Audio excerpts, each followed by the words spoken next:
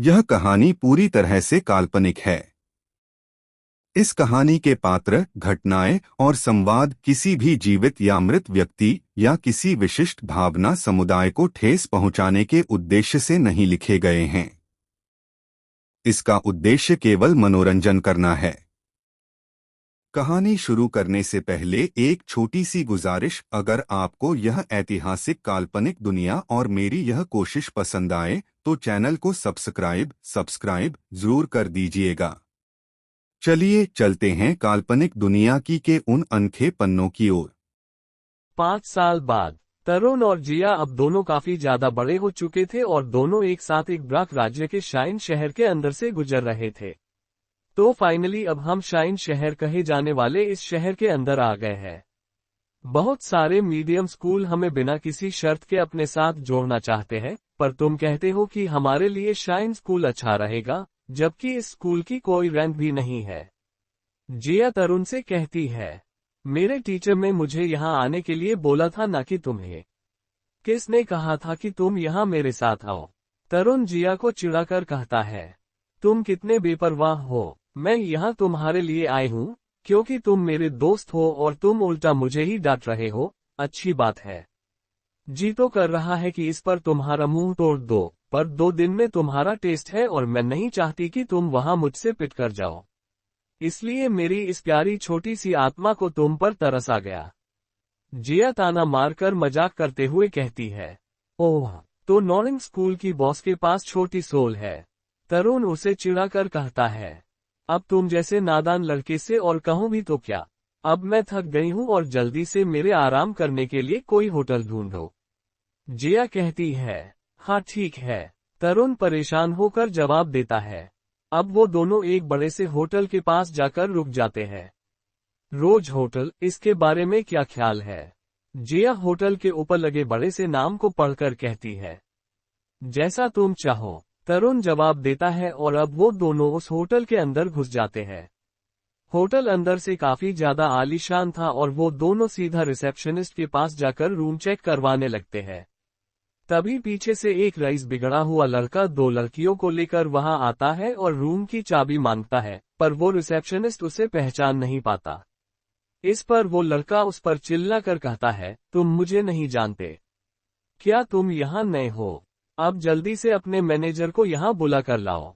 उद्धरण चिन्ह। रिसेप्शनिस्ट वहां से डरकर अपने मैनेजर को बुलाने के लिए भाग जाता है। तरुण और जिया वहां पहले से ही खड़े हुए थे और तरुण को उसकी ये बात अच्छी नहीं लगती, इसलिए तरुण उस लड़के से कहता है, हे, तुम्हें नहीं लगता कि हम यहाँ तुमसे पहले से खड़े हुए हैं? उद्धरण चिन्ह। तो मैं क्या करूँ? वो लड़का जवाब देता है। इस पर जिया को गुस्सा आ जाता है और वो आगे आकर उसे धमकाते हुए कहती है, कुछ नहीं, बस यहाँ से अब चुपचाप चले जाओ। उद्धरण चिन्ह। अच्छा, मुझसे इस तरह से बात करने की तुम्हारी हिम्मत भी कैसे हुई? मुझे लगता है कि तुम दोनों भी सोल मास्टर्स ही हो। चलो आओ, मैं तुम्हें एक मौका देता हूँ, अगर दम है तो मुझे यहाँ से निकाल कर दिखाओ, वरना तुम ही मुझे यहाँ से जाकर दिखा देना कि बाहर कैसे जाते हैं। वो लड़का गुरूर से भरकर कहता है। उसके इतना कहते ही जिया उसे मारने के लिए उसकी तरफ जाने लगती है कि तभी तरुण उसे रोक लेता है और खुद उस लड़के से लेने के लिए आगे आ जाता है। वहां होटल के अंदर बैठे सभी लोग अब उन्हीं को देखने लगते हैं। तभी वहां पर होटल का मैनेजर आ जाता है और घबरा कर उस लड़के को रोकते हुए कहता है, नहीं नहीं नहीं नहीं, मिस्टर धनुष, आप प्लीज शांत हो जाए। उद्धरण चिन्ह। उसके बाद मैनेजर तरुण को भी शांत होने के लिए कहता है। अब वो धनुष नाम का लड़का मैनेजर से कहता है, मैनेजर वासु, तुम इस बिजनेस पर अब कुछ ज्यादा ही ध्यान दे रहे हो। उद्धरण चिन्ह। सॉरी मिस्टर धनुष, प्लीज आप ऐसा मत कहिए, नया स्टाफ अभी अच्छे से रूल्स नहीं जानता। मुझे माफ कर दीजिए, आई एम सॉरी।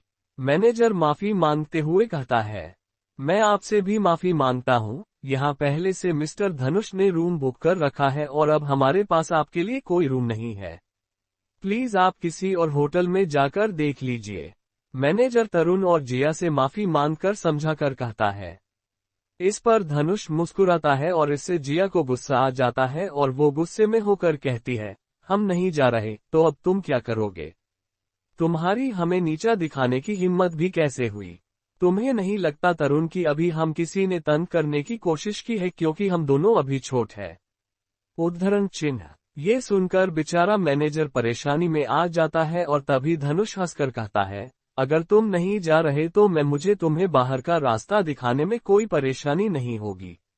उद्धरण चिन्ह। इतना कहकर वो लड़का धनुष उनके सामने आकर खड़ा हो जाता है और मैनेजर उसे शांत करते हुए कहता है, मिस्टर धनुष प्लीज आप शांत हो जाओ, ये शायद शहर में नए हैं।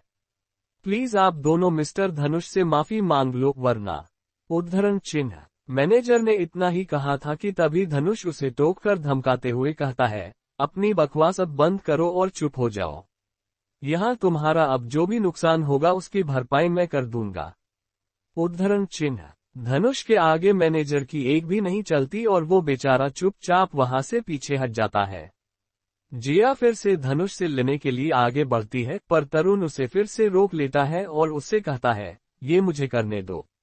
उद्धरण चिन्ह। क्यों? ये मैं खुद अपने हाथों से करना चाहती हूँ। मैं इसे बहुत बुरी तरह से पीटना चाहती हूँ। जिया गुस्से में धनुष को देखते हुए कहती है। धनुष ये देखकर मुस्कुराने लगता है और तभी तरुण जिया को समझाते हुए कहता है, मैंने कहा था कि मैं तुम्हें हमेशा प्रोटेक्ट करूंगा। ये मुझे करने दो। उद्धरण चिन्ह। ये क्या ड्रामा चल रहा है? अब आपस में लड़ना बंद भी करो। जैसा मैंने कहा था, तुम दोनों साथ मिलकर मुझसे लड़ सकते हो, मुझे कोई परेशानी नहीं होगी। धनुष उन पर ताना मारकर कहता है। ये सुनकर तरुण को भी अब गुस्सा आने लगते हैं और अब जिया तरुण से कहती है, संभल कर लड़ना। उद्धरण चिन्ह।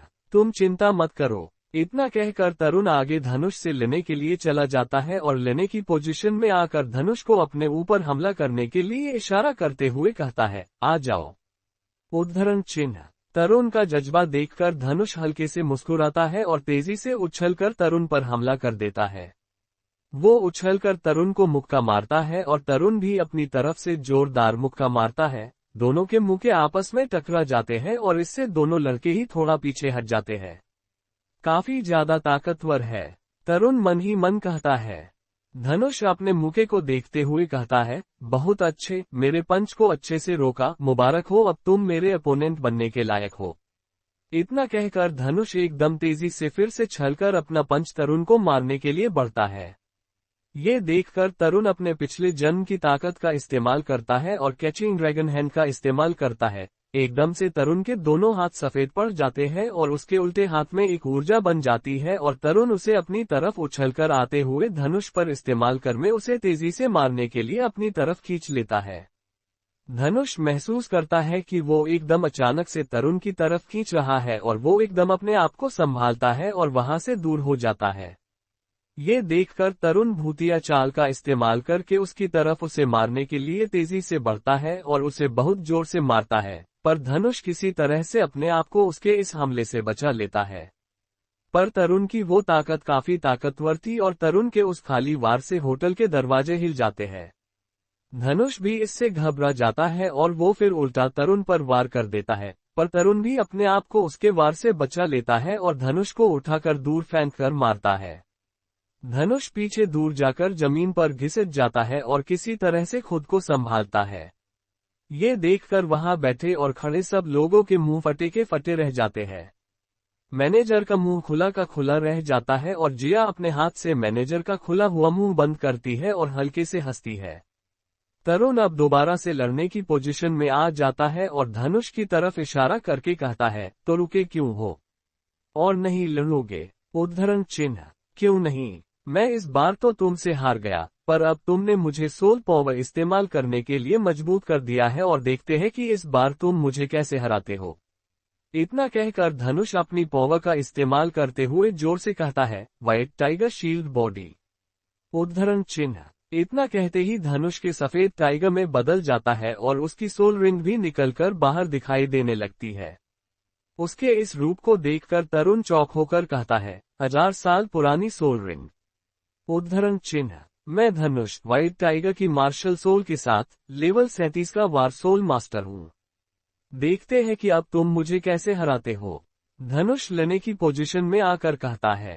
उसे इस रूप में देखकर उसके साथ आई वो दोनों लड़कियां भी घबरा कर वहां से छिप जाती है और वहां खड़े और बैठे बाकी लोग भी चीजों का सहारा ले कर उनके पीछे छिप जाते हैं। उसके बाद अब तरुण अपनी मार्शल आत्मा का इस्तेमाल करता है और अपनी मार्शल आत्मा नीले पौधे को बाहर निकालकर कहता है, मैं तरुण नीले पौधे की मार्शल आत्मा के साथ लेवल 29 का टूल सोल मास्टर हूँ। उद्धरण चिन्ह। इतना कहकर तरुण भी लेने के लिए तैयार हो जाता है। ये देखकर धनुष तरुण पर हंसते हुए कहता है, हाँ, नीले पौधे की मार्शल आत्मा। उद्धरण चिन्ह। लगता है कि तुम्हें नीले पौधे की मार्शल आत्मा को देखकर बड़ी हंसी आ रही है। जिया धनुष की तरफ देखकर कहती है, मार्शल आत्मा बेकार तब होती है जब उसे इस्तेमाल करने वाला सोल मास्टर खराब होता है। तरुण धनुष की तरफ हमला करने के लिए इशारा करते हुए कहता है, तुमने बिल्कुल ठीक कहा, मार्शल आत्मा एक बेकार मास्टर के साथ बेकार होती है। अब देखते हैं कि तुम कितने अच्छे सोल मास्टर हो। इतना कहकर धनुष सीधा तरुण पर हमला कर देता है। धनुष सीधा तरुण पर हमला कर देता है, पर तरुण भूतिया चाल का इस्तेमाल करके उससे बचने की कोशिश करता है। धनुष तरुण पर कई हमले करता है और तरुण उसके हर हमले से बचकर अपनी नीले पौधे की मार्शल आत्मा का इस्तेमाल करके रूट्स का हमला धनुष पर कर देता है, पर धनुष उसके इस हमले को नाकाम कर देता है और अपने पंजों से उन रूट्स को काट देता है। धनुष अब तेजी से तरुण की तरफ हमला करने के बढ़ता है और जैसे ही वो तरुण को पंजा मारने की कोशिश करता है, एकदम से तरुण वहां से हटकर बच जाता है और दोबारा से धनुष को रूट्स में जकड़ने की कोशिश करता है, पर इस बार तरुण का पलड़ा थोड़ा भारी पड़ता है और ये देखकर धनुष अपने व्हाइट टाइगर की लाइट वेव का इस्तेमाल करता है और तरुण के सोल पावर से निकली हुई वो सारी रूट्स टूटकर चारों तरफ बिखर जाती है। तरुण इससे थोड़ा पीछे हट जाता है और धनुष कहता है, तरुण, एक बीस्ट सोल की अटैक पावर हमेशा एक टूल सोल की अटैक पावर से ज्यादा होती है। नीले पौधे की पावर मेरे सोचने से थोड़ी ज्यादा निकली, लेकिन ये फिर भी मुझे जकड़ नहीं पाए। धनुष अभी से खुशी मनाने लगा था और तभी चारों तरफ बिखरी हुई नीले पौधे की रूट्स अपने आप गायब होने लगती है। अब तरुण एकदम से खड़ा होकर अपनी पावर का इस्तेमाल करते हुए कहता है, शायद अभी तक तुम अच्छे से नहीं समझ पाए। उद्धरण चिन्ह। इतना कहकर तरुण अपनी पावर का इस्तेमाल कर देता है और चारों तरफ से नीले पौधे की रूट्स निकलकर धनुष को बुरी तरह से जकड़ लेती है।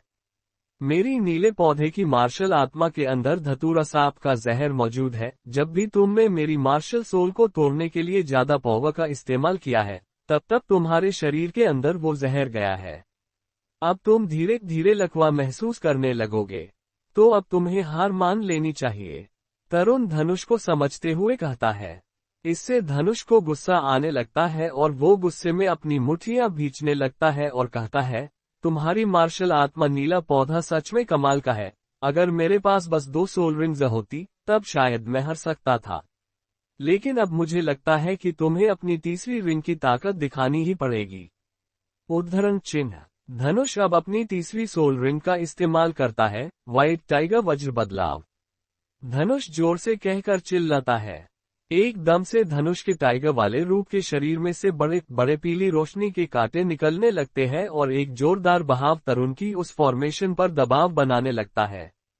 तरुण ये देखकर अपनी रूट्स को और ताकत से जकड़ने की कोशिश करता है। धनुष की वो पावर का भाव बहुत ज्यादा ताकतवर था और एक जोरदार पीली रोशनी का भाव धनुष के शरीर में से निकलता है और तरुण की उस फॉर्मेशन को एक झटके में तोड़ता चला जाता है। तरुण भी इस प्रेशर की वजह से पीछे देख पर जाकर लगता है और वहां छिपे सभी लोग और चीज हवा में उड़कर पीछे जाकर गिरती है।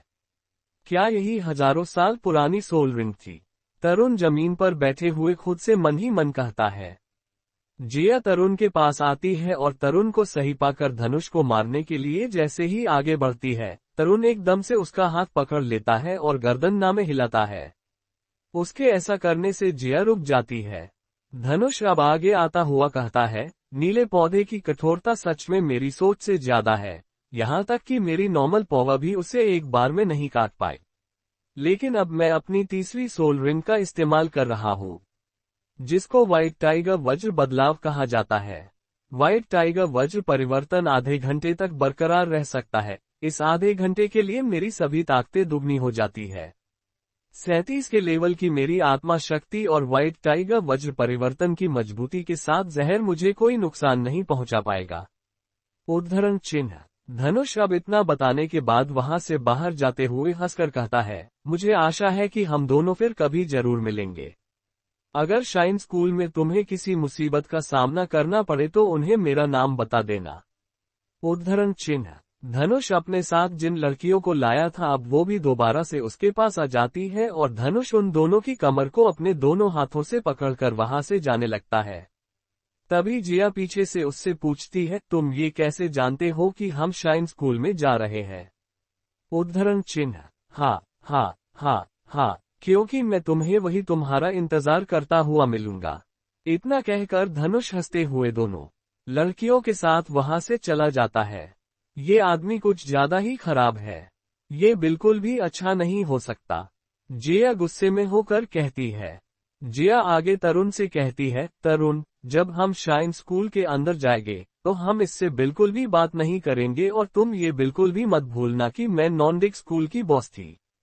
उद्धरण चिन्ह। मैं यहाँ उसके बारे में बुरा या भला सोचना नहीं चाह रहा, पर अभी जो यहाँ लड़ाई हुई वो हर तरह से उसमें परफेक्ट निकला है। उसकी ताकत हमसे कई ज्यादा थी, पर उसने हमें हर्ट नहीं किया और ना ही तंग किया। तरुण कहते हुए डेक पर नॉक करता है और नीचे से रिसेप्शनिस्ट निकलकर बाहर आता है और तरुण को कमरे की चाबी दे देता है। तरुण अब आगे जिया से कहता है, उसने जाते समय हमारे लिए थोड़ी सी फिक्र ही जताई है।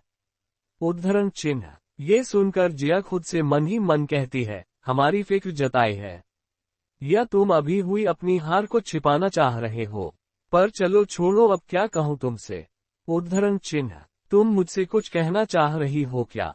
तरुण पूछता है। नहीं तो क्यों, तुम्हें ऐसा क्यों लगा? जिया उल्टा उससे पूछती है। चलो छोड़ो, अब हम दोनों अपने होटल के कमरे में चलते हैं। इतना कहकर तरुण वहां से अंदर जाने लगता है और फिर जिया नहीं उसके साथ जाने लगती है। होटल में अंदर जाते हुए जिया तरुण से पूछती है, तरुण, तुम जैसे अभी उससे हारे हो तो क्या हम यहाँ से निकल पाएंगे? उद्धरण चिन्ह। अगर मुझे अकेले को यहाँ से जाना पड़ा तो मैं यहाँ से अकेले ही जाऊंगा और तुम्हें अपने साथ इसमें नहीं घसीटूंगा। उसने अभी सही कहा था, एक सोल रिंग की वजह से उसकी और मेरी ताकत में काफी ज्यादा अंतर था। जब उसने व्हाइट टाइगर वज्र बदलाव का इस्तेमाल किया तो मेरी ताकत उससे कम पड़ गई। पर तुम चिंता मत करो, अगर उसने तुम्हें निकालने की कोशिश की तो मैं उससे मारने तक लड़ता रहूंगा। अगर मुझे उससे दोबारा लेने की जरूरत पड़ी तो उसे जान से मारने के लिए मेरे पास 70 चांस है। तरुण समझाकर बताता है। अब वो होटल के एक बड़े से कमरे के पास पहुंच जाते हैं और जिया तरुण के हाथ में से चाबी ले लेती है और दरवाजे कर लॉक के अंदर चाबी लगाकर लॉक को खोलती है। जैसे ही वो दरवाजा खोलते हैं, अंदर कमरे का नजारा देखकर उनकी आंखें फटी की फटी रह जाती है। कमरा अंदर से काफी ज्यादा आलीशान था और सामने ही गुलाब के फूलों से बना हुआ एक बड़ा सा गुलदस्ता दिल के आकार में रखा हुआ था। जिया आंखें फाड़ फाड़ कर उस कमरे को बस निहारे जा रही थी। तरुण भी बस उस कमरे को देखे जा रहा था और उसे इतना सजा देखकर मन ही मन सोचता है, शायद हम किसी गलत कमरे के अंदर आ गए हैं। उद्धरण चिन्ह। जिया उस कमरे में बस चारों तरफ उछलती फिर रही थी। सामने एक दिल के आकार का बना हुआ गुलाब के फूलों का बहुत बड़ा गुलदस्ता रखा हुआ था। जिया उसे देखकर दौड़कर उसके पास जाती है और उसकी खुशबू को सूंघने लगती है। तभी तरुण उसके पास आकर हिचकिचा कर कहता है, जिया, अगर तुम्हें ये पसंद ना हो तो मैं वेटर से कहकर इन्हें यहाँ से निकलवा देता हूँ। उद्धरण चिन्ह। तुम इतने बेवकूफ कैसे हो सकते हो? ऐसी कौन सी पागल लड़की होगी जिसे गुलाब पसंद नहीं होगे? जिया तरुण से कहती है और एक गुलाब लेकर नशीली आंखों से उसे देखते हुए उसकी तरफ आने लगती है। बेचारा तरुण इससे घबराता हुआ बस पीछे हटता ही जा रहा था और जिया अब आगे कहती है, अगर तुम ऐसे करोगे तो फिर अपनी पत्नी को खुश कैसे रखोगे? उद्धरण चिन्ह। तरुण एक कुर्सी से टकराकर कुर्सी के ऊपर गिरकर उसके ऊपर जिया से बचता हुआ बैठ जाता है और कहता है, तुम्हें नहीं लगता कि इसके बारे में बात करने के लिए अभी हमारे पास बहुत समय पड़ा है? उद्धरण चिन्ह। इतना सुनकर जिया हल्के से मुस्कुराती है और तरुण के ऊपर से हट जाती है और कमरे में आगे जाते हुए कहती है, ये कमरा सच में काफी ज्यादा सजा रखा है। मुझे लगने लगा है कि मुझे अब इस जगह से प्यार हो गया है। तरुण, क्या हम भविष्य में कभी यहाँ आ सकते हैं? उद्धरण चिन्ह, हमने काफी लंबा सफर किया है और अभी हमें आराम करना चाहिए। तरुण बात टालकर कहता है और उस कमरे में से दूसरे बिस्तर वाले कमरे की तरफ जाने लगता है। जैसे ही तरुण और जिया अब दूसरे कमरे की तरफ बढ़ते हैं तो वहां बिस्तर को सजा देखकर तरुण के होश उड़ जाते हैं। बिस्तर भी दिल के आकार का था और पूरे बिस्तर पर गुलाब के फूल बिखरे हुए थे, जैसे किसी ने इस बिस्तर को किसी की सुहागरात के लिए सजाया हो। जिया दौड़कर सीधा जाके उस बेड के ऊपर गिर जाती है और मस्ती में उस पूरे बेड पर पैर फैलाकर लोटपोट होने लगती है। जिया इससे काफी ज्यादा खुश हो जाती है, पर तरुण के चेहरे पर 12 बज चुके थे और वो जिया से कहता है, जिया, मुझे लगता है कि तुम्हारी बात सुनकर और यहाँ आकर हमने शायद कोई गलती कर दी है। मुझे नहीं लगता कि ये रूम हमारा है। शायद वेटर ने हमें किसी और कमरे की चाबी दे दी है। अच्छा, पर मुझे तो ऐसा बिल्कुल नहीं लगता। ना हमने कोई गलती की है और ना वेटर ने हमें किसी और कमरे की चाबी दी है, समझे? अब चुपचाप यही आराम करो, क्योंकि मैं तो यहाँ से कहीं नहीं जाने वाली। जिया समझाकर कहती है, ठीक है, तो तुम यहाँ अंदर आराम करो और मैं वहाँ सोफे पर आराम करता हूँ। तरुण बाहर पहले वाले हॉल की तरफ इशारा करके कहता है, ठीक है, जैसा तुम चाहो। जिया जवाब देती है। तरुण इतना सुनकर बाहर पहले वाले हॉल में पड़े सोफे पर बैठ जाता है और मेडिटेशन करने लगता है। वो मेडिटेशन करते समय अपनी और धनुष की हुई लड़ाई को याद करता है, खासकर उस वक्त को जब धनुष ने अपने एक ही वार में अपनी तरफ आती तरुण के नीले पौधे की रूट्स को रोक लिया था और अपनी तीसरी सोलरिन का इस्तेमाल करके तरुण के वार को एक ही बार में तोड़ दिया था। तरुण मन ही मन सोचता है, ऐसी गोल्डन लाइट शायद पहले कभी देखी हुई लग रही है। मान कबीले के पास ऐसे बहुत से गुप्त हथियार थे जो इसे तबाह कर सकते हैं, अगर उन्होंने काम किया तो। ये सब सोचता हुआ तरुण मेडिटेशन कर रहा था कि तभी उसे पिछले जन्म की एक बात याद आने लगती है। वो अचानक से एक सपने में खो जाता है। एक हट्टा कट्टा आदमी बहुत तेजी से जंगल के अंदर से किसी से बचकर भाग रहा था और उसके पीछे भागने वाला और कोई नहीं बल्कि तरुण ही था। तरुण उस आदमी को पकड़ने के लिए बहुत ज्यादा तेजी से उसके पीछे भाग रहा था और वो हट्टा कट्टा आदमी तरुण ने बचकर वहां से भाग रहा था। तभी तरुण उसे मारने के लिए एक साथ बहुत सारे गुप्त सुइयों जैसे हथियार उस पर एक साथ तेजी से छोड़ देता है, पर वो आदमी तरुण के इस हमले को समझ जाता है और उससे बचने के लिए अपने दोनों हाथों को जोड़कर ब्लॉक करता है और जैसे ही उसके शरीर से तरुण के वो हथियार टकराते हैं, तो उस आदमी के शरीर से एक गोल्डन रंग की रोशनी निकलती है। कुछ हथियार उस आदमी के शरीर पर लग जाते हैं और कुछ उसके ब्लॉक करने से टकरा कर नीचे गिर जाते हैं। वो आदमी वहीं रुक जाता है और अपने शरीर पर लगे उन सभी हथियारों को हटाता हुआ हंसने लगता है। उसे मानो उन हथियारों के लगने से कोई फर्क ही नहीं पड़ा हो। उसका शरीर काफी मजबूत था और वो छोटे मजबूत सुइयों जैसे तीर या बोले तो गुप्त हथियार उसके शरीर के अंदर ज्यादा घुस ही नहीं पाते। ऐसा लगता है जैसे किसी मगरमच्छ के शरीर पर कांटे चुभ गए हो। वो आदमी बड़ी आराम से उन सभी को अपने शरीर से एक हाथ मारकर साफ कर देता है और इधर उधर देखने लगता है, क्योंकि उसे अपने ऊपर वार करने वाला वो आदमी यानी तरुण दिखाई नहीं देता। पर तरुण इस बार भी उसे दिखाई नहीं देता। उस आदमी को बस इतना पता था कि उसे पकड़ने के लिए कोई मान कबीले वाला उसके पीछे भाग रहा है, पर वो ये नहीं जानता था कि आखिर कौन उसके पीछे उसे पकड़ने के लिए भाग रहा है और वो आदमी उससे लड़ना चाहता था ताकि उसे पीटकर वहां से भाग सके। वो आदमी इधर उधर नजर फेरता है, पर उसे अपने सामने और दोनों तरफ कोई नजर नहीं आता। तभी उसके पीछे से आवाज आती है, तुम तो लोहारों के कबीले से हो, तो फिर तुम यहाँ मान कबीले में क्यों आए हो? वो आदमी तुरंत पीछे की तरफ मुड़कर देखता है और पाता है कि एक नौजवान लड़का उसके पीछे खड़ा हुआ है, जो उससे ये पूछ रहा है। वो नौजवान लड़का तरुण था। तरुण को देखकर वो आदमी तरुण की बात का हंसकर जवाब देते हुए कहता है, क्या तुम मेरा भरोसा करोगे अगर मैं कहूं कि मैं यहाँ नजरों का मजा लेने आया था? इसका मतलब तुम ऐसे सच नहीं बताओगे? तरुण उससे कहता है, तुम्हें क्या लगता है कि मुझे बताना चाहिए? वो आदमी फिर से जवाब देता है, वैसे अगर इंसान को अपनी जान जरा भी प्यारी हो तो उसे बता देना चाहिए, वरना अपनी अकड़ और की हुए गलती के लिए बेवजह ही मारा जाएगा। तरुण समझाकर कहता है, अच्छा, ऐसा क्या? तो फिर देख लेते हैं कि कौन किसे मारता है। इतना कहकर वो आदमी तरुण से लेने के लिए तैयार हो जाता है। ये देखकर तरुण ऐसे ही शांति से खड़ा रहता है और अपने सीधे हाथ को अपने मुंह की तरफ लाता है। एकदम से उसके सीधे हाथ की 5 उंगलियों में से छोटी कंचों जैसी गोल चिंगारी निकलती है और वो तरुण के सीधे हाथ की हथेली पर आकर गोल आकर में घूमने लग जाती है। ये देखकर वो आदमी अपनी शक्ति का इस्तेमाल करता है और अपने दोनों हाथों को आगे करके एक गोल्डन रंग का कवच अपने आगे बना लेता है।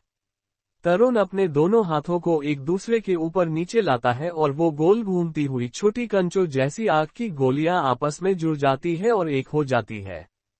तरुण अब अपने हाथों को एक दूसरे के अपोजिट खींचने लगता है और ऐसे ही वो एक आग की बनी गोली खींचना शुरू हो जाती है और एक चक्री में बदल जाती है, ठीक वैसी चक्री जैसी भगवान श्री कृष्ण के की उंगली में हुआ करती थी।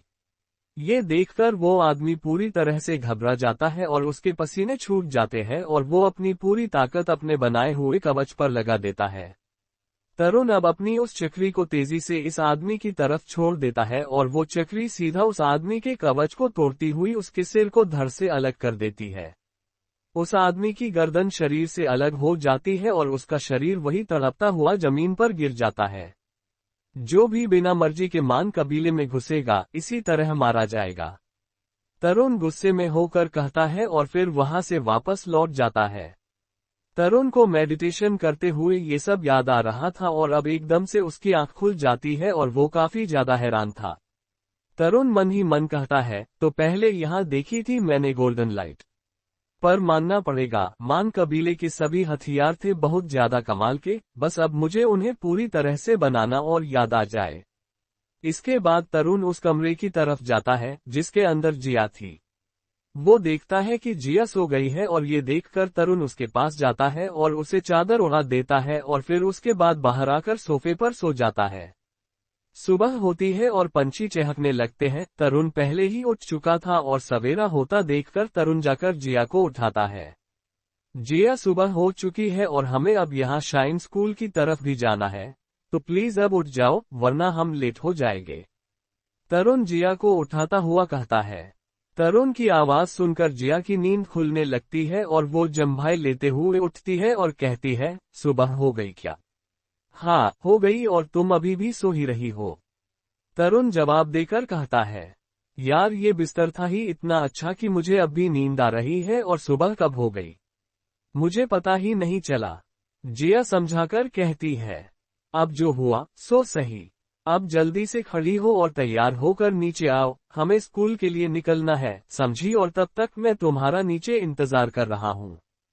इतना कहकर तरुण वहां से नीचे चला जाता है। जिया खड़ी होती है और फिर नहाने पर तैयार होने के लिए बाथरूम के अंदर चली जाती है। उसे काफी देर हो चुकी थी और तरुण नीचे बैठकर उसका इंतजार कर रहा था। खुद को लेट होता देखकर तरुण फिर से वहां से उठकर अपने रूम में जाने की सोचता है कि तभी जिया वहां पर आ जाती है। मैं लेट हो गई क्या? जिया पूछती है।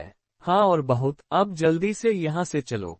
तरुण इतना कहकर जिया का हाथ पकड़ता है और उसे होटल से बाहर ले जाता है। वो दोनों शाइन शहर में बीच में से होते हुए आगे बढ़ रहे थे। जिया उछलती हुई इधर उधर घूमती आगे चल रही थी। तभी शहर के अंदर उन्हें एक पुराने सामानों की दुकान दिखाई पड़ती है और तरुण उसकी तरफ जाने लगता है। ये देखकर जिया तरुण से कहती है, तो तुम यहाँ आने के लिए इतने उतावले हो रहे थे कि मुझे सोने भी नहीं दिया? नहीं, ऐसी बात नहीं है, पर तुम्हें उठाने का मेरे पास कोई पर तरीका भी तो नहीं था। तरुण जवाब देता है। इतना कहकर तरुण उस दुकान के अंदर चला जाता है और जिया भी उसके साथ साथ अंदर घुस जाती है। दुकान अंदर से काफी ज्यादा बड़ी और पुराने सामानों से भरी हुई थी। उसका मालिक अंदर एक कुर्सी पर बैठकर अखबार पढ़ रहा था और वो तरुण और जिया को दुकान में अंदर आता हुआ देख लेता है।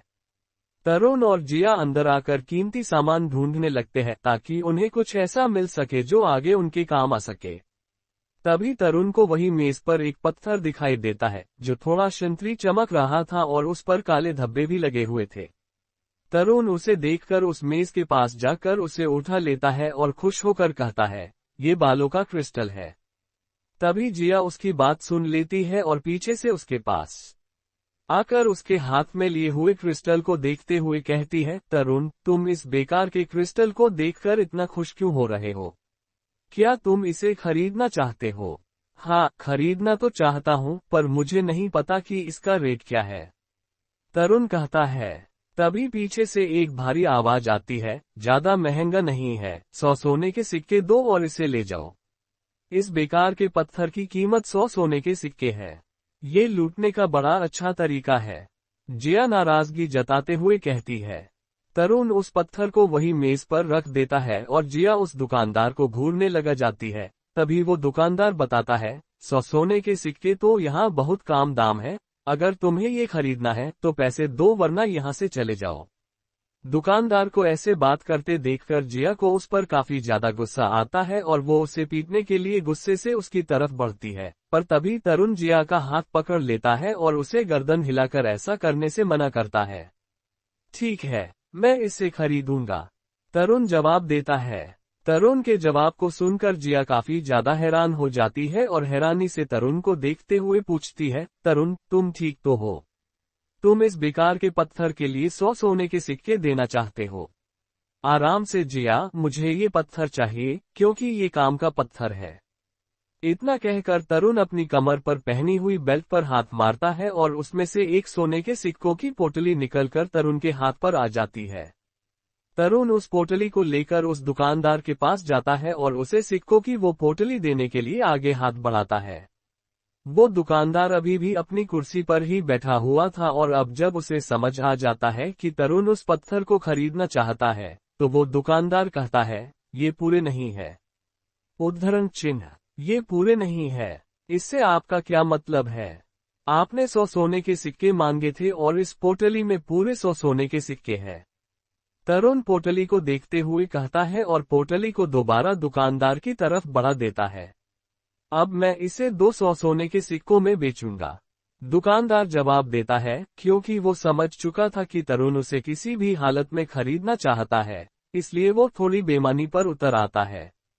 उसका जवाब सुनकर तरुण चौंक जाता है और जिया गुस्से में आ जाती है और वो उसके पास आकर उस पर चिल्लाते हुए कहती है, अब तुम हमें कुछ ज्यादा ही लूटने की नहीं सोच रहे हो? धोखेबाज, अभी तुमने कहा था कि तुम इसे 100 में बेचोगे और अब तुम अपनी जुबान से ही पलट गए और 200 पर आ गए। अब हमें तुमसे कुछ खरीदना ही नहीं है। जिया अब आगे तरुण का हाथ पकड़कर उसे वहां से ले जाते हुए कहती है, तरुण, चलो अब यहाँ से, हमें इस आदमी से कुछ भी नहीं खरीदना है। उद्धरण चिन्ह, पर तरुण जिया को रोक लेता है और दुकानदार जो कि अभी भी अपनी कुर्सी पर बैठे हुए अखबार पढ़ रहा था, तरुण इससे दोबारा पूछता है, क्या तुम ऐसे बेचना चाहते हो या नहीं? ठीक है, 500 सोने के सिक्के दो और ले जाओ और कोई बदलाव नहीं होगा, दुकानदार कहता है। उसकी ये बात सुनकर तरुण अब काफी ज्यादा चौंक जाता है और कुछ सोचकर अपनी पोटली वापस अपने पास रखकर जिया से कहता है, हमें अब यहाँ से चलना चाहिए। उद्धरण चिन्ह, हमें तो यहाँ से पहले ही चला जाना चाहिए था। इसके जैसे बेईमान दुकानदार से हमें कोई डील करनी ही नहीं चाहिए थी। जिया गुस्से में होकर कहती है और तरुण को पकड़कर वहां से बाहर ले जाने लगती है। जैसे ही वो दरवाजे पर पहुंचते हैं, एकदम से पीछे से दुकानदार बोलता है, अगर तुम्हारे पास अब इतने पैसे नहीं है, तो तुम 200 सिक्के देकर इसे यहाँ से अभी ले जा सकते हो और बाकी का बचा हुआ 10 सिक्के 10% के ब्याज से हर महीने पे कर सकते हो। उद्धरण चिन्ह, उसकी बात सुनकर जिया के बदन में आग दौड़ जाती है और वो गुस्से में उस पर चिल्लाकर कहती है, बेईमान इंसान, भाड़ में जा, हमें तुझसे कुछ भी नहीं खरीदना। उद्धरण चिन्ह, 10 सोने के सिक्के हर महीने, इसका मतलब ये आदमी जानता है कि मैं एक सोल मास्टर हूँ, पर मैं इसकी सोल पावर को महसूस क्यों नहीं कर पा रहा हूँ? तरुण खुद से मन ही मन कहता है, तुझे पैसे ने अंधा बना दिया है, बेईमान कहीं का। जिया गुस्से से उस पर चिल्लाए जा रही थी। जिया अब तरुण से कहती है, तरुण, चलो अब यहाँ से, क्योंकि मैं इस आदमी को और बर्दाश्त नहीं कर पाऊंगी, इसे पैसे ने अंधा बना दिया है। उद्धरण चिन्ह, तरुण जिया की बात पर गौर न करते हुए दुकानदार से कहता है, मुझे ये सौदा मंजूर है। उद्धरण चिन्ह, तरुण की बात सुनकर जिया एकदम से चौंक जाती है और कहती है, तुम्हारा दिमाग तो सही जगह है ना? तुम सोच भी रहे हो कि तुम आखिर कर क्या रहे हो? जिया तुम परेशान मत हो, मैं ये सोच समझ कर ही कर रहा हूँ। तरुण जवाब देता है। तरुण के सौदे को मंजूर करने से दुकानदार अब अपनी नजर तरुण और जिया पर डालता है और तरुण को निहारते वक्त उसकी नजर तरुण की कमर पर बंदी बेल्ट पर जाती है। उसे देखकर वो दुकानदार अपनी आंखों पर लगा चश्मा उतारकर तरुण से पूछता है, तुम्हें ये बेल्ट कहाँ से मिली? मेरे टीचर ने मुझे ये दी थी, क्या तुम इसे पहचानते हो? तरुण बेल्ट पर हाथ रखकर पूछता है। तरुण के इतना कहते ही जिया गुस्से में दुकानदार से कहती है, क्या तुम फिर से तय किया हुआ दाम बदलना चाहते हो? क्या तुम उसके स्टूडेंट हो? दुकानदार तरुण से पूछता है। इस पर तरुण हाँ में अपनी गर्दन हिला देता है और अब वो दुकानदार आगे कहता है, तुम इस क्रिस्टल को अपने साथ ले जाओ। उद्धरण चिन्ह। ये सुनकर तरुण मुस्कुराता है और अपनी बेल्ट पर हाथ मारकर उसमें से सोने के सिक्कों की 2 पोटली निकालकर दुकानदार को देने के लिए जाते हुए कहता है, मैं आपको हर हफ्ते 10 सोने के सिक्के भेजूंगा। उद्धरण चिन्ह। मुझे उसकी कोई जरूरत नहीं है, मैं तुम्हें इसे मुफ्त में दे रहा हूँ। दुकानदार जवाब देता है। मुफ्त में? तरुण चौंक कर कहता है। ये ज्यादा कीमती नहीं है, तुम इसे ले जा सकते हो और अब मुझे ज्यादा डिस्टर्ब मत करो, मुझे नींद आ रही है। दुकानदार जम्भाई लेते हुए कहता है। क्या ये मास्टर को जनता है? तरुण मन ही मन सोचता है। तभी जिया पीछे मेज पर रखे क्रिस्टल को जल्दी से उठाकर तरुण के पास आकर कहती है, तरुण, ये हमें मिल गया। अब हमें चलना चाहिए। इतना कहकर जिया तरुण का हाथ पकड़कर उसे खींचकर बाहर ले जाने लगती है। तभी तरुण जिया को रोककर कहता है, जिया, रुको। इतना कहकर तरुण जिया की पकड़ से अपना हाथ छुड़वाता है और पीछे मुड़कर दुकानदार से कहता है, अंकल प्लीज मुझे कोई दाम बताइए। उद्धरण चिन्ह। पर दुकानदार चुप कुर्सी पर लेटे रहता है और उसको कोई जवाब नहीं देता। ये देखकर तरुण अपनी दोनों सोने के सिक्कों की पोटली वही मेज पर रख देता है और जिया के साथ उस क्रिस्टल को लेकर वहां से चला जाता है। उनके जाने के बाद दुकानदार खड़ा होता है और खड़ा होकर दरवाजे के पास आ जाता है और मेज पर रखी 2 पोटली को देखकर अपने हाथ पीछे करते हुए कहता है, मास्टर, क्या तुम मुझसे इस बार भी छुपाना चाह रहे हो? तरुण और जिया वापस रोज होटल पहुंच चुके थे और अपने सामने मेज पर रखे उस क्रिस्टल को घूरे जा रहे थे। तभी तरुण अपनी बेल्ट पर हाथ मारता है और एक हथौड़ा निकलकर उसके हाथ में आ जाता है। तरुण हथौड़े को लेकर उस क्रिस्टल पर एक जोरदार चोट मारता है। क्रिस्टल पर जोर से हथौड़ा लगते ही एक बहुत जोर की आवाज उसमें से निकलती है। जिया भी इससे अपने दोनों कान बंद कर लेती है। तरुण की वो चोट क्रिस्टल पर लगते ही क्रिस्टल टूट जाता है और गोल गोल छोटी बहुत सारी बॉल में बदल जाता है और वो सभी ऊपर हवा में उड़ने लगती है और पूरे कमरे में बिखर जाती है। तरुण एक उड़ती गोल्डन बॉल के पास जाता है और उसे अपने हाथ से पकड़ता है और देखकर जिया से कहता है, जिया, जल्दी करो और इन सब को इकट्ठा करने में मेरी मदद करो। किसी एक को भी छोड़ना मत। उद्धरण चिन्ह। जिया जल्दी से थोड़ी ही देर में सारी उड़ती हुई गोल्डन बॉल को इकट्ठा करके तरुण के हाथ में रख देती है और पूछती है, ऐसे क्रिस्टल तुम्हें कहीं भी पूरी धरती पर मिल जाएंगे? पूरी धरती इन सब से भरी हुई है, फिर तुम इनके लिए इतने उतावले क्यों हो रहे हो? ये कोई आम क्रिस्टल नहीं है, ये बालों का क्रिस्टल है। तरुण बताता है। बालों का क्रिस्टल? और ये करता क्या है? जिया पूछती है। ये क्रिस्टल काफी ज्यादा मजबूत होता है और इससे इतना पतला हथियार बनाया जा सकता है जितना कि हमारे शरीर का एक बाल होता है, और खास बात तो ये है कि ये इतना मजबूत होता है कि बाल जितना पतला होने के बाद भी ये आसानी से नहीं टूट सकता और इसीलिए इसे बालों का क्रिस्टल बोला जाता है। तरुण समझाकर बताता है। इसके बाद तरुण बाकी छोटी बॉल को अपनी बेल्ट के स्पेस में रख लेता है और एक गोल्डन गोली को अपनी हथेली पर रखता है और एकदम से वो एक बाल जितने पतले सुई जैसे हथियार में बदल जाता है।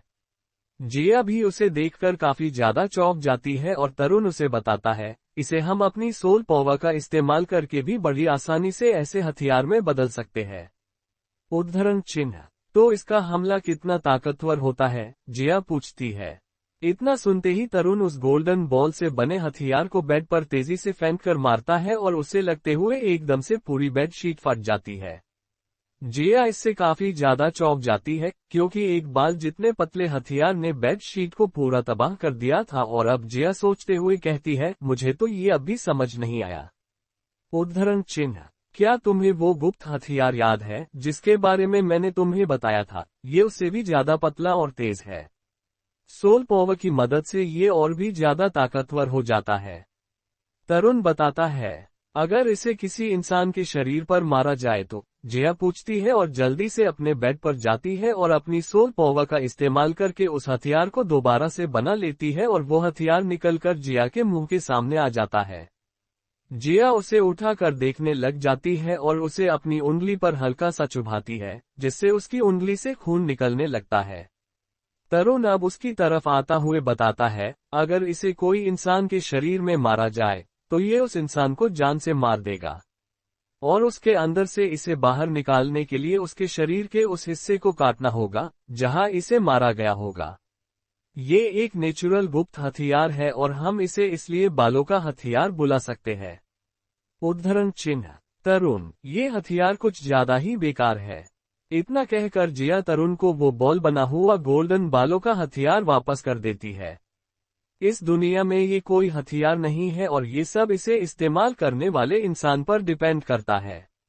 ये काफी ज्यादा अच्छा है अगर ये किसी अच्छे इंसान के हाथ में हो, और ये काफी ज्यादा बुरा भी है अगर ये किसी दुष्ट इंसान के हाथों में हो। अगर इसका इस्तेमाल किसी बुरे इंसान को सजा देने के लिए किया जाए तो ये बेहतर है। तरुण समझाकर बताता है। अगली सुबह तरुण और जिया दोनों शाइन स्कूल के लिए निकल जाते हैं। रास्ते में चलते चलते जिया काफी ज्यादा थक जाती है और गर्मी की वजह से उसके माथे पर पसीना भी आने लगता है। तरुण, क्या हम कुछ देर आराम नहीं कर सकते? मैं बहुत ज्यादा थक गई हूँ और अब मुंह से और नहीं चला जा रहा, जिया कहती है। तुम अब बड़ी हो रही हो, जिया, और मुझे नहीं लगता कि तुम्हें इतनी जल्दी हार माननी चाहिए। तो ये कर सकती हो, तरुण जिया को हौसला देते हुए कहता है। मुझे पता नहीं था कि स्कूल इतना दूर पड़ेगा, पर चलो अब जब तुम कह ही रहे हो तो चलना तो पड़ेगा ही, आखिर तुम्हारे लिए मैं इतना तो कर ही सकती हूँ। पर क्या मास्टर ने बताया नहीं था कि शाइन स्कूल इतना दूर पड़ने वाला है? हम काफी दूर आ चुके हैं और अभी तक भी वहां पहुंच नहीं पाए हैं, जिया परेशान होकर बताती है। इतना सुनकर तरुण वही रुक जाता है और तरुण को ऐसे रुका देखकर जिया पूछती है, अब तुम्हें क्या हुआ? चलना नहीं है क्या? उद्धरण चिन्ह। चलना तो है, पर मुझे पता है कि तुम अब ज्यादा नहीं चल पाओगी, इसलिए मैं तुम्हें अपनी पीठ पर उठाकर ले चलता हूँ। तरुण कहता है। क्या तुम सच में ऐसा करना चाहते हो? सोच लो, जिया पूछते हुए कहती है। हाँ ठीक है, सोच लिया। अब चलो आओ और मेरी पीठ पर बैठ जाओ, तरुण जवाब देता है। इतना सुनते ही जिया उछलकर तरुण की पीठ पर बैठ जाती है और तरुण मजाक करते हुए कहता है, अरे तुम तो बड़ी होने के साथ साथ भारी भी होती जा रही हो। उद्धरण चिन्ह। इस पर जिया तरुण के सिर पर हल्के से मारकर कहती है, तुम मुझे मोटी कहना चाह रहे हो? ऐसा सोचने की भी तुम्हारी हिम्मत कैसे हुई? उद्धरण चिन्ह। अच्छा सॉरी, गलती हो गई, अब आगे से नहीं कहूंगा, तरुण कहता है। कहने की सोचना भी मत, वरना तुम्हारा मुंह तोड़ दूंगी। अब आगे चलो, जिया फिर से तरुण को मारकर कहती है। तरुण अब जिया को अपनी पीठ पर बिठाकर स्कूल की तरफ ले जाने लगता है। काफी दूर आगे आने के बाद जिया तरुण को इशारा करते हुए कहती है, तरुण वहां आगे देखो। उद्धरण चिन्ह। जिया की बात सुनकर तरुण तुरंत आगे देखता है। एक बहुत पुराने गेट से थोड़ी दूर एक तंबू लगा हुआ था और वहां से एक बहुत लंबी लोगों की लाइन लगी हुई थी। जिया और तरुण भी उस लाइन में आकर लग जाते हैं। जिया ऊपर उचक कर उस पुराने गेट की तरफ देखती है जिस पर जंगली बेल लिपटी हुई थी। उन्हें देखकर जिया कहती है, ये एक सोल मास्टर स्कूल है। इसकी हालत देखकर तो ऐसा बिल्कुल भी नहीं लग रहा। तरुण, तुम्हें नहीं लगता कि शायद मास्टर से कोई गलती हुई हो और उन्होंने हमें गलती से यहाँ भेज दिया हो? ये कहीं से भी एक स्कूल जैसा नहीं लग रहा। क्या ये कोई खंडर है? उद्धरण चिन्ह। अब ये तो मुझे भी नहीं पता, पर अब जब यहाँ आ ही गए हैं तो एक बार देख ही लेते हैं, तरुण जिया को समझाकर बताता है। तरुण की बात सुनकर जिया शांति से लाइन में खड़ी हो जाती है। लाइन धीरे धीरे आगे बढ़ रही थी और सबसे आगे खड़ा हुआ एक बच्चा तंबू के पास जाता है, जहां एक आधी उम्र से ज्यादा उम्र का आदमी अपनी कुर्सी पर बैठा हुआ था। उसे यहां बच्चों का स्कूल में एडमिशन करने के लिए बैठाया हुआ था। बच्चा उसके पास आता है और सामने रखी फीस की पेटी में 10 सोने के सिक्के डालकर कुर्सी पर बैठे आदमी से कहता है, मिस्टर, ये रहे मेरे एडमिशन के लिए 10 सोने के सिक्के। उद्धरण चिन्ह। बच्चे के सिक्के डालने के बाद वो आदमी कहता है, ठीक है, अपना हाथ आगे करो। उद्धरण चिन्ह। इतना सुनते ही वो बच्चा अपना हाथ आगे करता है और वो आधी उम्र का आदमी अपना हाथ उसके हाथ पर रखकर कुछ चेक करके बोलता है, तुम्हारी उम्र मेल नहीं कहा रही है, तुम वापस जा सकते हो। उद्धरण चिन्ह। ये सुनकर वो बच्चा काफी ज्यादा चौंक जाता है। तभी उसके साथ आया उसका पिता बोलता है, मिस्टर, आपसे जरूर कोई गलती हुई है। मेरे बच्चे ने एडमिशन के लिए अभी उम्र पूरी की है। उद्धरण चिन्ह। इसमें अब मैं कुछ नहीं कर सकता, तुम्हारा बच्चा अभी ज्यादा छोटा है और स्कूल के रूल के हिसाब से उम्र से पहले इसका एडमिशन यहाँ नहीं हो सकता। वो आधी उम्र का आदमी बताता है। अगर ऐसा है तो फिर हमारी एडमिशन फीस, उसका क्या? उसे आप रिफंड कर दीजिए। उस बच्चे का पिता कहता है। रजिस्ट्रेशन कराने के बाद एडमिशन फीस वापस नहीं की जाएगी। वो आधी उम्र का आदमी कहता है, रिफंड नहीं होगी। इसका क्या मतलब है? तुम पैसों के लिए हमें धोखा दे रहे हो। उस बच्चे का बाप चिल्लाकर उस आदमी से कहता है, जल्दी कर और यहाँ से जा। पीछे भी बहुत सारे लोग खड़े हुए हैं, उन्हें परेशान मत कर। वो आदमी धमका कर कहता है, नहीं, जब तक तुम मेरे पैसे वापस नहीं करोगे मैं कहीं नहीं जाने वाला। अगर हमें पता होता कि ये स्कूल इतना गरीब है कि हमारे ही पैसे ठगने की कोशिश करेगा, तो मैं यहाँ अपने बच्चे को लाता ही नहीं। बच्चे का पिता चिल्लाकर कहता है। स्कूल की तरफ से बैठे उस आधी उम्र के आदमी की चालाकी के बारे में अब वहां खड़े सब लोग बातें करने लग जाते हैं और तरुण और जिया भी ये सब देखकर हैरान हो जाते हैं। तभी अब वो एडमिशन करने वाला आदमी किसी को आवाज लगाते हुए कहता है, धनुष, कोई पैसे वापस करने के लिए बोल रहा है, क्या तुम इसे संभालोगे? उद्धरण चिन्ह। इतना सुनते ही एक आदमी जो पेड़ पर बैठा हुआ था, सीधा कूदकर नीचे आ जाता है। ये धनुष वही था जिससे होटल में तरुण की लड़ाई हुई थी। धनुष नीचे आते ही धीमी आवाज में कहता है, तो तुम्हें अपने पैसे वापस चाहिए।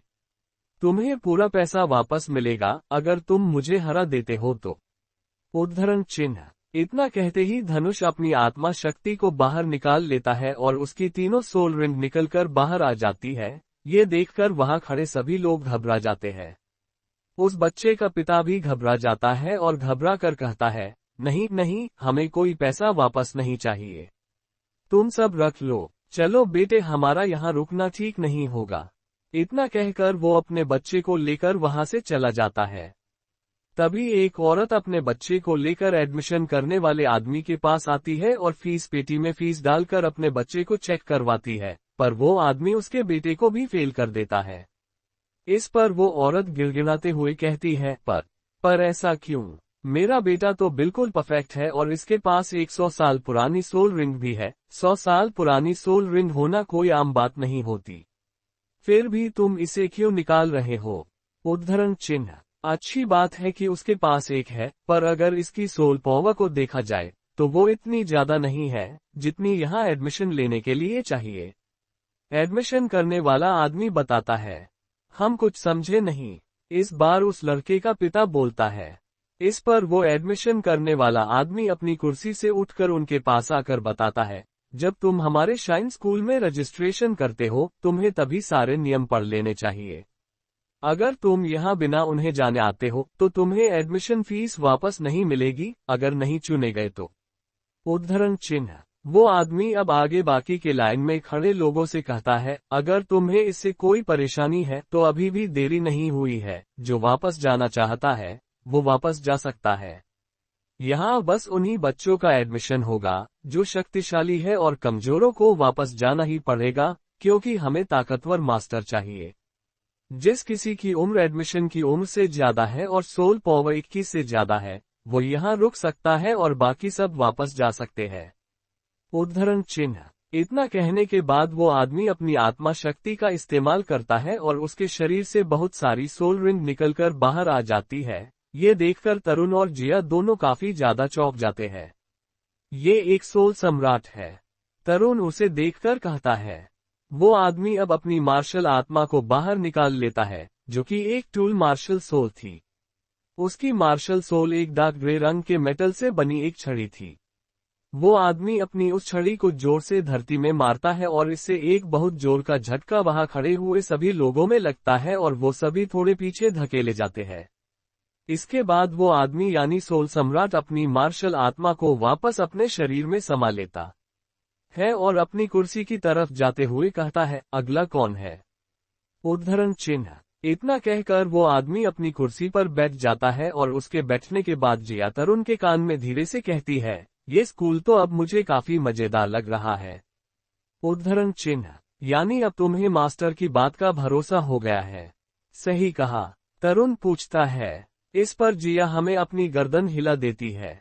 बहुत सारे बच्चे अपने आप को चेक करा कर वहां से वापस चले जाते हैं और तभी अब धनुष की नजर तरुण और जिया पर पड़ती है। तरुण और जिया भी ये देख लेते हैं कि धनुष उन्हें देख रहा है। धनुष को देखकर तरुण अपनी गर्दन हल्के से हिलाता है और धनुष भी वही करता है, पर जिया धनुष को देखकर गुस्से से अपना मुंह फुला लेती है।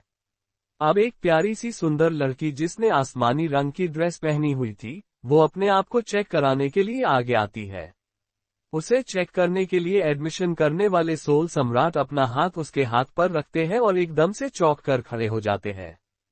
तरुण और धनुष का भी ध्यान अब उसी लड़की की तरफ जाता है और वो एडमिशन करने वाले उस बूढ़े आदमी से अपनी प्यारी से आवाज में पूछती है, क्या मैं आपके इस टेस्ट में पास हो गई?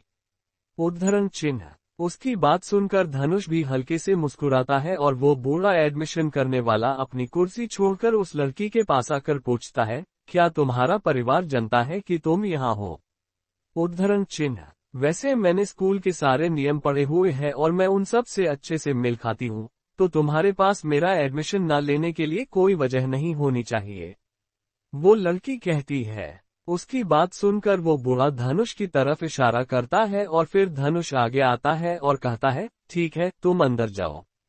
उद्धरण चिन्ह। इतना सुनते ही वो लड़की स्कूल के अंदर चली जाती है और अब तरुण सामने आकर फीस की पेटी में फीस डालता है और उस बूढ़े आदमी से जिया की तरफ इशारा करके बताते हुए कहता है, मिस्टर, हम दोनों यहाँ पर एडमिशन के लिए आए हैं।